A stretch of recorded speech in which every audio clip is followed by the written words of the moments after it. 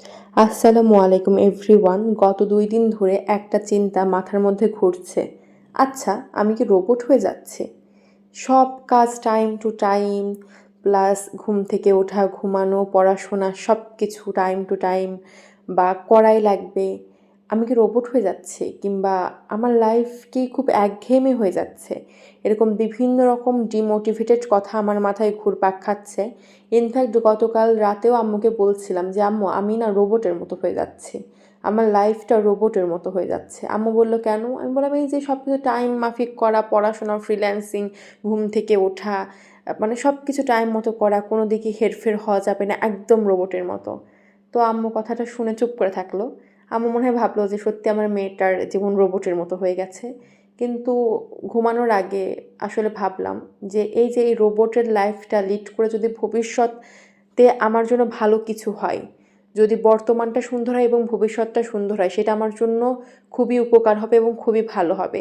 যেমন এখন মানে আগের মতো আমি যদি লাইফ কাটাতাম, বেশিরভাগ টাইমই মোবাইল চালাচ্ছি, যেখানে কোনো প্রোডাক্টিভ জিনিস দেখছি না।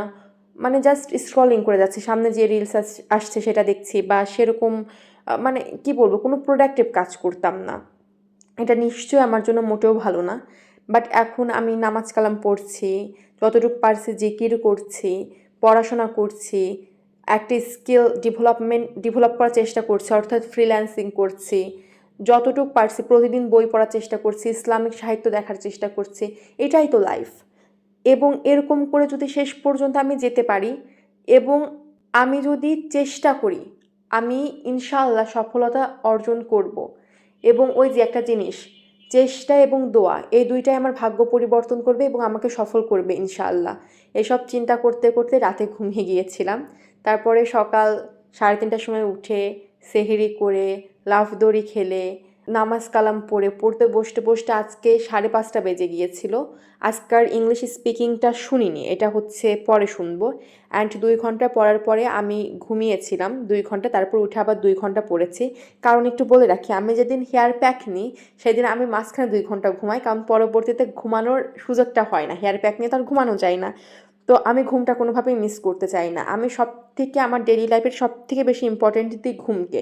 ঘুম যদি ঠিকঠাকভাবে হয় সব কিছুই ঠিকঠাকভাবে হবে, আর ঘুম না হলে কোনো কিছুই ঠিকঠাকভাবে হবে না। তো যাই হোক, পড়াশোনা শেষ করেছি। আর এই তো ছিল আজ সকালে আমার স্টাডি ভ্লগ। দেখা হবে পরবর্তী স্টাডি ভ্লগে ইনশাআল্লাহ। ততক্ষণ পর্যন্ত ভালো থাকবেন, সুস্থ থাকবেন, পড়াশোনা করার চেষ্টা করবেন এবং অবশ্যই আমার জন্য দোয়া করবেন। আল্লাহ হাফেজ।